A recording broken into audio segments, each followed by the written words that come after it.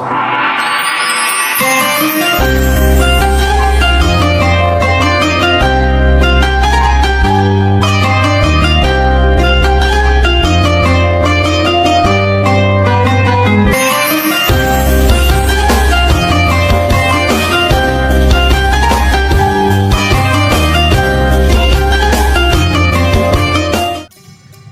ونصلي ونسلم على رسوله الكريم اما بعد فاعوذ باللہ من الشیطان الرجیم بسم اللہ الرحمن الرحیم۔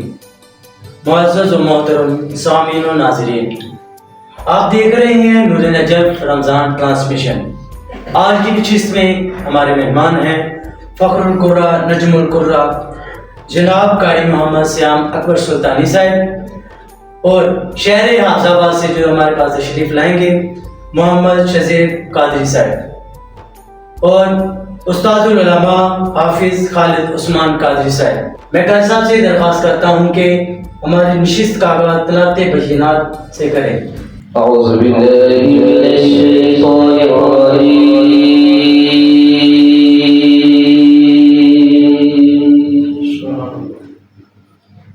بسم اللہ الرحمن الرحیم۔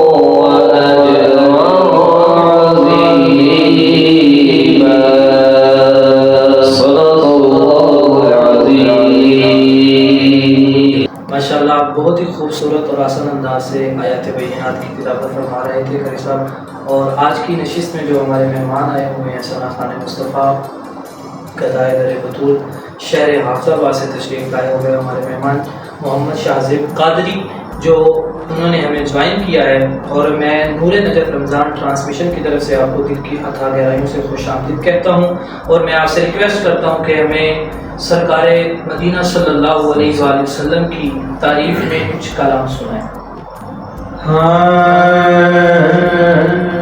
بزم محبوب سجانے میں مزہ آتا ہے، بزم محبوب سجانے میں مزہ آتا ہے، بزم محبوب سجانے میں مزہ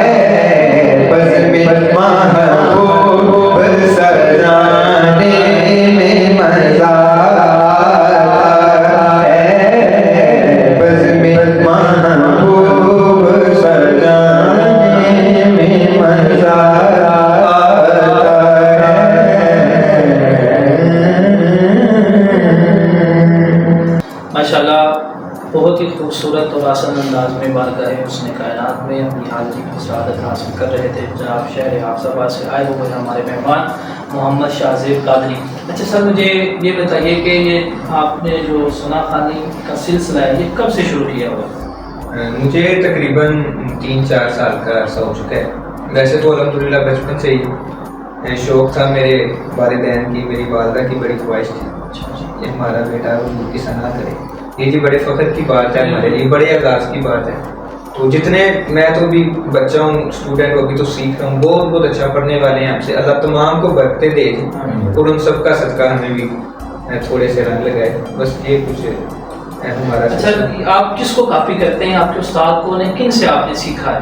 ویسے تو بیسکلی میرے استاد محترم قبلہ محمد اعظم قادری صاحب ہیں، جن کو پوری دنیا جانتی ہے، اللہ نے بڑی عزتیں دی ہیں، بڑا مقام دیا ہے، تو انہیں سے سیکھا ہے، ان کو ہی فالو کرتے ہیں، ان کو پڑھتے ہیں۔ ویسے تو ہر جو حضور کی ثنا کرنے والا ہے وہ ہمیں پسند ہے، جو حضور کی ثنا کرتا ہے اس کی تو شان ہی کیا ہے، ہم سب کو اچھا کہنے والے ہیں، لیکن ویسے جو استاد ہیں ہمارے وہ محمد اعظم قادری صاحب۔ ناظرین دیکھیں کہ یہ جو ثنا خوانی کا سلسلہ ہے یہ آج سے شروع نہیں ہوا، یہ جب حضور علیہ السلام تشریف لائے، صحابہ کرام حضور کے خود دیان لکھتے تھے، اور ان میں سے سب سے جو اہم ہے وہ حضرت حسان بن ثابت رضی اللہ تعالیٰ عنہ، اور جب انہوں نے کہا تھا وَأَحْسَنُ مِنْكَ لَمْ تَرَ قَطُّ عَيْنِي وَأَجْمَلُ مِنْكَ لَمْ تَلِدِ النِّسَاءُ خُلِقْتَ مُبَرَّأً مِنْ كُلِّ عَيْبٍ كَأَنَّكَ قَدْ خُلِقْتَ كَمَا تَشَاءُ۔ اور یہ شان صرف سرکار نے ثنا خان کو دی ہے کہ اپنا ممبر چھوڑ کر نیچے بیٹھتے اور ثنا خان جو سرکار کی ثنا کرتا اسے ممبر پہ بٹھا کر سنتے تھے۔ تو کتنے خوبصورت اور حسن انداز سے ماشاءاللہ محمد شاہزیب قادری صاحب نے بارگاہ حسن کائنات میں حاضری کی سعادت حاصل کی ہے۔ میں دعا کرتا ہوں اللہ رب العزت آپ کے علم میں عمل میں مزید برکت عطا فرمائے۔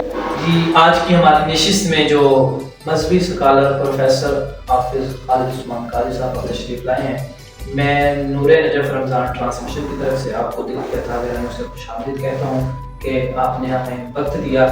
تو سر، آج کا جو ہمارا موضوع ہے وہ ہے کہ وراثت میں اس کی شرعی حیثیت کیا ہے اور وراثت میں کس کس کو جو ہے حق دیا جاتا ہے۔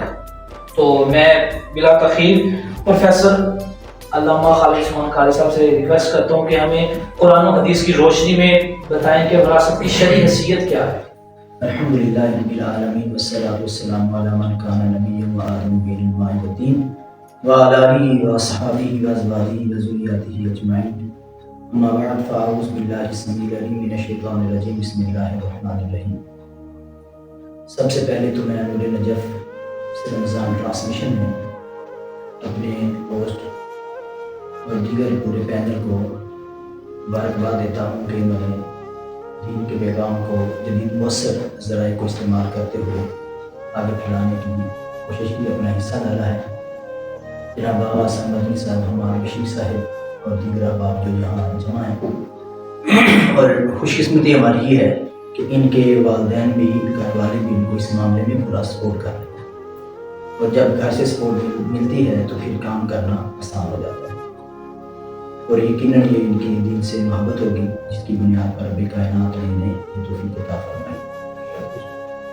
ہمارے بشیر صاحب نے سوال کیا وراثت کے بارے میں، اس کی اہمیت کیا ہے۔ وراثت، تقسیم وراثت دراصل یہ مال کی تقسیم ہے۔ اللہ تعالیٰ نے مال کی تقسیم کے بارے میں بڑے سخت احکام نازل فرمائے، یہاں تک ذکر کیا ہے کہ شہید کے سارے گناہ معاف ہو جاتے ہیں، لیکن اس کا قرض اور سود اور مالی معاملات میں جو اس نے کمی بیشی کی ہے وہ معاف نہیں ہوگا۔ تو اس میں بڑی احتیاط کی ضرورت ہے، اور اللہ تعالیٰ نے یہاں پر بڑا احسان کیا ہے کہ تقسیم وراثت میں جو جن کے حصے مقرر ہیں، مرد ہیں، عورت ہیں، بیٹا ہے، بیٹی ہے، زوجہ ہے، خاوند ہے، ماں باپ ہیں، بہن بھائی ہیں، یہ جتنے بھی حصہ دار ہیں ان کے حصے اللہ تعالیٰ نے خود قرآن پاک میں مقرر کیے ہو، یعنی کسی کا نہیں چھوڑا، یہاں تک کہ رسول اللہ صلی اللہ علیہ وسلم پر آیات نازل کی اور خود بتا دیا کہ یہ میں نے خود حصے مقرر کیے ہیں، اور ان کو باقاعدہ اللہ تعالیٰ نے حدود اللہ یعنی اللہ کی حدیں قرار دی۔ کوئی بندہ مال تقسیم وراثت میں، مال کی تقسیم میں، جائیداد کی تقسیم میں اللہ تعالیٰ کے حکم کے ذرا بھی خلاف نہیں کر سکتا، اور جو کرے گا اللہ تعالیٰ نے اس کے لیے سخت حکم ذکر کیے۔ میں دونوں آیات آپ کے سامنے ذکر کر دیتا ہوں۔ اور اس سے پہلے جو آیت یہ رب کائنات نے یہاں ختم کی، وہ اس سے ختم کیا کہ غیر مضار، کسی کے حصے میں کمی بیشی نہیں کی جائے گی، کسی کو ضرر نہیں دیا جائے گا، نقصان نہیں پہنچایا جائے گا۔ وصیۃ من اللہ، یہ اللہ کا حکم ہے۔ اللہ علیم حلیم، اللہ تعالیٰ علم والا ہے، حلم والا ہے۔ پھر رب کائنات نے دونوں چیزیں ذکر کی کہ جو اللہ تعالیٰ اور اس کے رسول کے حکم کے مطابق تقسیم وراثت کر دیتے ہیں، تو فرمایا تلک حدود اللہ ومن یطع اللہ ورسولہ، یہ اللہ تعالیٰ کی حدود ہیں، اور جو بھی اللہ تعالیٰ اور اس کے رسول کی پیروی کرے گا، اطاعت کرے گا، یدخلہ جنات تجری من تحتها الانہار خالدین فیہا، اللہ تعالیٰ اسے ایسی جنتوں میں داخل کرے گا جن کے نیچے نہریں بہتی ہیں، اور وہ پھر ان جنتوں میں ہمیشہ ہمیشہ رہے۔ دنیا کا مال کیا ہے کہ ابھی آیا ابھی چلا گیا، لیکن اللہ تعالیٰ تقسیم وراثت کے بدلے میں اس بندے کو جنت بھی دے رہا ہے، اور جنت میں ہمیشہ رہنا بھی نصیب ہے۔ اور رب تعالیٰ سے کہہ رہا ہے ذالک الفوز العظیم، جنت میں جانا یہ بہت بڑی کامیابی ہے۔ یعنی ایک بندے نے ایمانداری سے حصص کے مطابق حصہ داروں کو ان کے رب تعالیٰ کی طرف سے ڈائریکٹ کیے ہوئے بتائے ہوئے مال کے مطابق، یہ اللہ تعالیٰ کی حدود ہیں۔ جو کوئی اللہ تعالیٰ اور جس نے بھی اللہ تعالیٰ اس کے رسول کی اطاعت کی، اس کے مطابق مال تقسیم کیا، اللہ تعالیٰ اسے پہلے اس کے لیے یہ اللہ تعالیٰ نے انعام ذکر کیا ہے، اس کو جنت میں داخل کرے۔ دوسرا انعام جو ہے وہ یہ ہے کہ پھر جنت سے نکلے گا نہیں، اسے ہمیشہ جنت میں رکھے۔ اور تیسرا رب تعالیٰ خود کہہ رہا ہے کہ ذالک الفوز العظیم، یہ بہت بڑی کامیابی ہے۔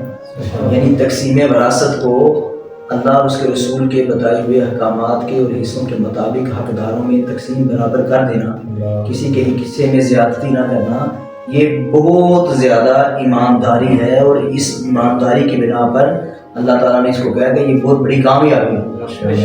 لیکن وہ لوگ فرمایا وَمَن يَعْصِ اللَّهَ وَرَسُولَهُ، اور جس نے اللہ تعالیٰ کی نافرمانی کی اور اس کے رسول کی نافرمانی کی، وَيَتَعَدَّ حُدُودَهُ، اور اس کی حدود کو پامال کیا، حدود اللہ کی دی ہوئی کو زیادتی اس کے اندر کی، تو اللہ تعالیٰ اس کو کیا عذاب دے گا؟ پہلا عذاب اس کے لیے ہے کہ یدخلہ نارن، اس کو آگ میں اللہ تعالیٰ داخل کرے گا، خالدن فیہا، وہ آگ میں بھی ہمیشہ رہے گا۔ جس طرح جنت میں ہمیشہ ہے ویسے آگ میں بھی ہمیشہ رہے گا۔ یعنی آج جس کو رب تعالیٰ کہہ دینا کہ جہنم میں ہمیشہ رہے گا، اس کا مطلب یہ ہے کہ رسول اللہ اس کی شفاعت نہیں کرے۔ اب آپ خود دیکھیے کہ قیامت کے دن اگر دو بندے اللہ تعالیٰ کی بارگاہ میں حاضر ہوں مانتے ساتھ، ایک بندہ وہ ہے کہ جس کا حق مارا گیا ہے، ایک بندہ وہ ہے جو حق مارنے والا ہے، تو رسول اللہ تو حق جس کا مارا گیا اس کا ساتھ دیں گے نا، ظالم کا ساتھ تو نہیں دیں گے۔ حق مارنے والا تو ظالم ہے، اس کا تو اللہ تعالیٰ ساتھ نہیں دیں گے، نہ رسول اللہ ساتھ دیں گے۔ اس کا مطلب یہ ہے کہ یہ جو وراثت کا جو معاملات ہے یہ بڑے حساس ترین معاملات، حساس ترین معاملہ، اتنا زیادہ حساس ہے علامہ صاحب، آپ سمجھ لیں کہ اللہ تعالیٰ نے اگرچہ رسول اللہ صلی اللہ علیہ وسلم کی ہر حدیث ہمارے لیے ایک قطعی حدیث مبارکہ ہے، اس سے ہمارے لیے اس پر عمل کرنا لازم ہے، لیکن اللہ تعالیٰ نے یہ تقسیم وراثت کا معاملہ بھی اپنے اوپر نہیں چھوڑا، اپنے محبوب کو نہیں چھوڑا، بلکہ خود ہی ذکر کر دیا قرآن میں، تاکہ بعد میں لوگ یہ حدیث ضعیف ہے، یہ حدیث سرکار پہ نہیں چھوڑا تاکہ ان کے دل میں رحم آ جائے، وہ شفاعت کر دے، وہ بھی اپنے اوپر لے لیا۔ اور پھر دوسری سی وجہ یہ ہے کہ حدیث کی پھر قسمیں ذکر ہو جاتی ہیں، یہ حدیث ضعیف ہے، یہ مقبول ہے، یہ مردود ہے، یہ یعنی کہ حدیث جو ہے مسلسل نہیں آ رہی، اس طرح نہیں مسافر مسلسل نہیں آ رہی حدیث مبارکہ، تو یہ حدیث غریب ہے، اس کی سند میں یہ ہو سکتا ہے، اس کے متن دوسرے متن سے ٹکرا رہا ہے، اس طرح کوئی شاذ حدیث کی قسمیں ہیں، اس سے پھر مختلف احکامات جو ہیں وہ اخذ کیے جاتے ہیں۔ لیکن آیت قرآن پاک تو قرآن ہی ہے ڈائریکٹ، تو اللہ تعالیٰ نے خود حصے یہ مقرر کیے ہیں تاکہ رسول اللہ صلی اللہ علیہ وسلم سے کوئی بندہ یہ نہ کہہ سکے کہ پتہ نہیں آپ نے کسی کی طرف جھکاؤ کیا ہے۔ تو پھر رب کائنات نے فرمایا کہ وہ جہنم میں داخل ہوگا، اس میں ہمیشہ ہمیشہ رہے گا، اور یہ ہی دو چیزوں کے علاوہ تیسری پھر اللہ نے ذکر کی، والا وہ عذاب مہین، اس کے لیے رسوائی والا عذاب ہے۔ یعنی جو بندہ اب دنیا میں کیا لاکھ 2 لاکھ کروڑ 2 کروڑ کا بندہ گمن کر لے، تو پھر اس میں سب سے زیادہ متاثر ہونے والے وراثت میں عورتیں ہیں، وراثت کے لینے میں سب سے زیادہ متاثر ہونے والی عورتیں ہیں، جن کو بے دخل کیا جاتا ہے، بے دخل کیا جاتا ہے، ان کو سختی سے کیا جاتا ہے۔ میں سمجھتا ہوں کہ کسی بھی حقدار کو وراثت سے محروم کرنا یہ اللہ رب العزت کے اس دیے ہوئے قانون کو چیلنج کرنے کی بنا، اور یہ اتنا سخت گناہ ہے کہ جس طرح میں نے ذکر کیا کہ اللہ رب العزت نے بیان کیا کہ اس بندے کی شفاعت بھی نہیں ہوگی، اللہ تعالیٰ کے رسول شفاعت نہیں کریں گے اس بندے کی۔ جب شہید ہو کر جان دے کر کوئی بندہ نہیں بچ سکا اس سے، تو زندہ بندہ وہ صاحب فراز کیسے بچ سکے؟ تو اس میں عمومی طور پر بیٹیوں کو زیادہ اس سے دور رکھا جاتا ہے، یعنی بیٹیاں کہہ لیں یا بعد والے جو لوگ ہیں سر اس کی وجہ کیا ہے کہ بیٹوں کو کیوں اہمیت دی جاتی ہے اور بیٹیوں کو کیوں محروم رکھا جاتا ہے؟ یہ ہمارا معاشرتی المیہ ہے. رب تعالیٰ نے کسی کو بھی محروم نہیں رکھا ہے. رب تعالیٰ نے ہر ایک کو جو حصہ ہے اس کی ضرورت کے مطابق دی ہے. عورتوں پر اللہ تعالیٰ نے بڑا احسان کیا. اب عرب میں چلے جائیں تو عرب کے لوگ جو تھے وہ کہتے تھے کہ عورتیں نہ جنگ میں ہمارے ساتھ دیں نہ لڑائی میں ہمارا ساتھ دیں، تو عورتوں کا حصہ وراثت میں بنتا ہی نہیں. عورت کا وراثت میں حصہ وہ کہتے ہیں بنتا ہی نہیں ہے، عورت کو حصہ دیتے ہی نہیں تھے. یہ تو رسول اللہ صلی اللہ علیہ وسلم نے عورتوں کا حصہ جو ہے وہ مقرر کیا ہوا ہے. ایک صحابیہ تھی وہ رسول اللہ صلی اللہ علیہ وسلم کی بارگاہ میں حاضر ہو گئی کہ میرے خاوند جنگ میں شہید ہوئے، تو ان کو انہوں نے حصہ ہی نہیں دیا. ان کے چچا نے سارا مال لے لیا. میری 2 بیٹیاں بھی ہیں، مجھے بھی محروم کر دیا، میری بیٹیوں کو بھی محروم کر دیا. تو رسول اللہ صلی اللہ علیہ وسلم نے تھوڑا توقف کیا تو اللہ رب العزت نے پھر یہ آیات نازل فرمائی تھی کہ فَإِن كُنَّ نِسَاءً فَوْقَ اثْنَتَيْنِ فَلَهُنَّ ثُلُثَا مَا تَرَكَ وَإِن كَانَتْ وَاحِدَةً فَلَهَا النِّصْفُ. فرمایا اگر وہ بیٹیاں ہوں، عورتیں ہوں، مؤنث اولاد ہو، ایک سے زیادہ ہوں یعنی 2 یا اس سے زیادہ ہو جائیں تو پھر ان کے لیے 2/3 ہے، 2/3 ہوں. اور اگر ایک ہی بیٹی ہو تو اس کا نصف ہے، 50% اس کا حصہ اس کی وراثت میں. پھر وہ بیوی تھی جن کے خاوند کے شہید ہو گئے تھے اور ان کے چچا نے یعنی اس عورت کے دیور نے سارا مال لے لیا تھا. وہ عرب کا قانون یہ تھا. تو وہ قانون کے مطابق پہلے تو کوئی عورت نہیں بولتی تھی عرصہ دراز سے، سال بعد سال سے، لیکن انہیں پتہ چلا کہ رسول اللہ صلی اللہ علیہ وسلم آپ عورتوں کو حق دیتے ہیں تو وہ عورت پہنچی. میرا خیال ہے کہ غالباً یہ پہلی عورت تھی جو رسول اللہ صلی اللہ علیہ وسلم کی بارگاہ میں پہنچی اپنا حصہ لینے کے لیے، کیونکہ اس سے پہلے تو اسے پتا تھا حق ملنا ہی نہیں، جانا کس کے پاس. تو ادھر پتا تھا کہ نیا دین آیا ہے اور وہ دعویٰ کرتا ہے کہ ہم عورتوں کو حق دے رہے ہیں، تو پتہ نہیں ہمارا حق ہے.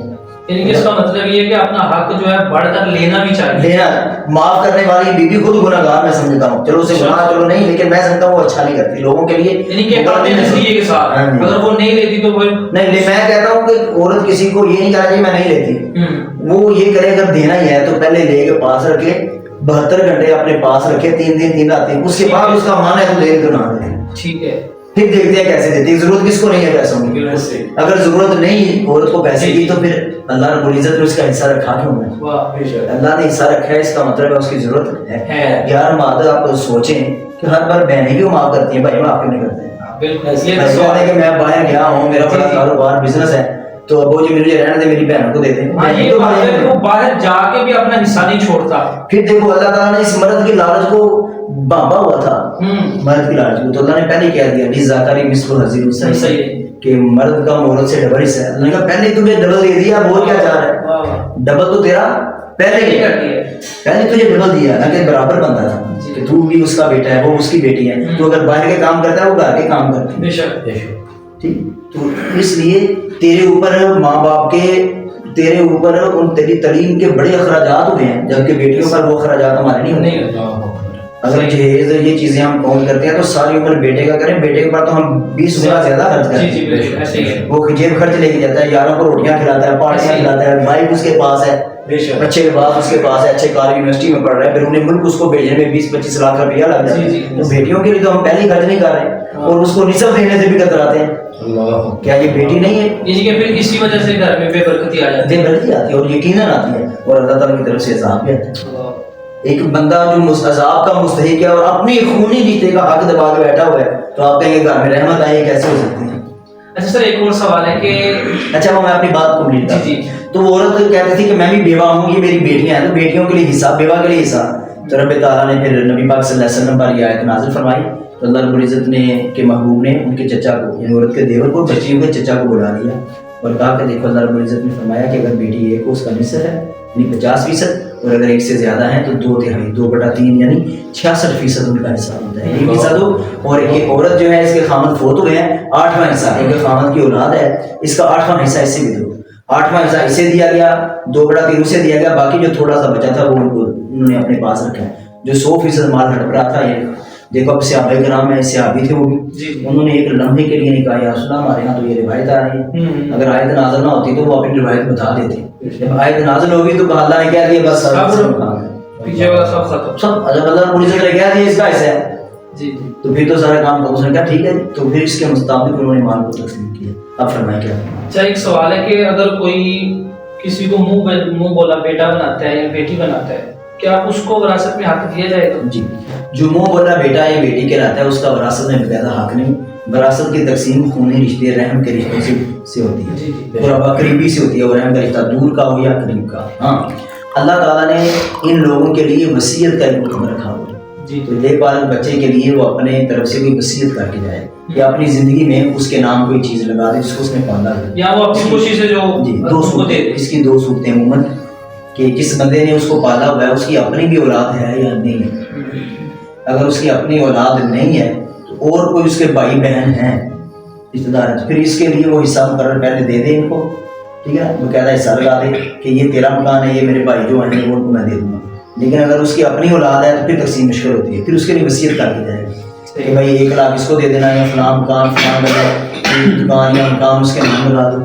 ہاں، اس صورت میں جن کا وہ اصل بیٹا ہے ان کی وراثت سے ضرور ملے گی.